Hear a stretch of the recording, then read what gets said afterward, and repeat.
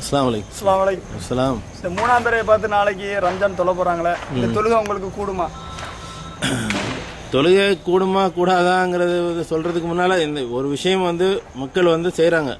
எப்படி செஞ்சாங்கன்னா அவங்க இன்னைக்கு பார்த்து மூணாம் பிறையை பார்த்து முதல் பிறையை நினைச்சு அவங்க முதல் பிறையை நினைச்சு நாளைக்கு பிறநாள் கொண்டாட போறாங்கிறது அவங்க வந்து இவங்க சிந்திச்சு செஞ்ச விஷயம் இல்லை. இவங்க தங்களோட முன்னோர்கள் வந்து என்ன செஞ்சாங்களோ அதை அப்படியே அவங்க நடைமுறைப்படுத்திட்டு வர்றாங்க. இதுல வந்து அவங்க சிந்திச்சு இந்த விஷயத்த வந்து செஞ்சாங்கன்னா சரியான முறையில வந்துடும்.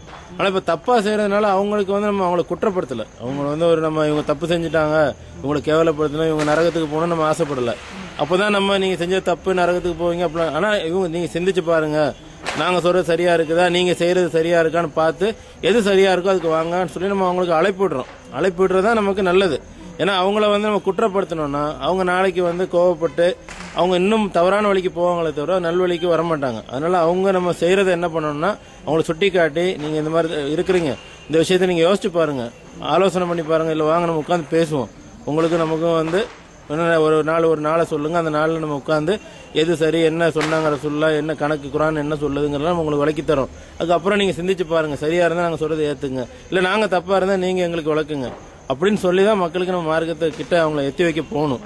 நீங்க செய்யற தப்பு நீங்க நரகத்துக்கு போயிரும், உங்க தொழுகை ஏற்றுக்கொள்ளப்படாதுன்னா உடனே அவங்க டென்ஷன் ஆகி நம்மளோட எதுவுமே அவங்க வந்து புரிஞ்சுக்க மாட்டாங்க, கோவப்படுவாங்க, அவ்வளவுதான். அதனால அந்த கோவத்தை அவங்களுக்கு ஏற்படுத்தாம நம்ம தாவா பண்றதுதான் தாவாவில் ஒரு முக்கியமான அம்சம்.